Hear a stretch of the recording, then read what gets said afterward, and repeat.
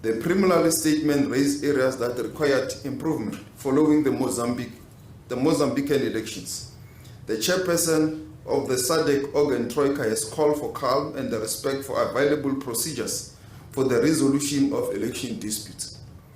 When President Ramaphosa welcomed the announcement of the preliminary election results, he also reiterated the call for calm, restraint, and the rule of law in Mozambique.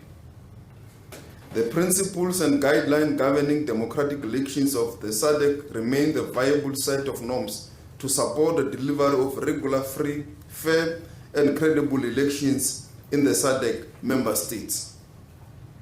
On 6 November 2024, we had a telephone call with our Mozambican counterpart, Minister Veronica Makamu, and reflected on the current security situation in Mozambique following the recent general elections and the closure of the Libombo border post.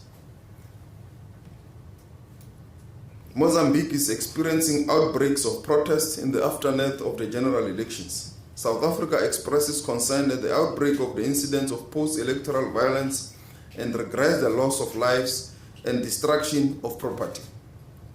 We once again reiterate the call made by various leaders in Mozambique to the law enforcement agencies to speedily investigate these incidences and bring the perpetrators to justice.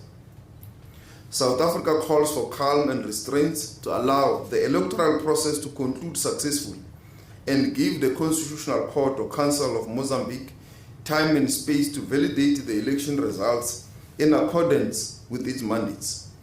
We also welcome the return of some form of normality on the Libombo border post in terms of reopening it to allow transit of goods.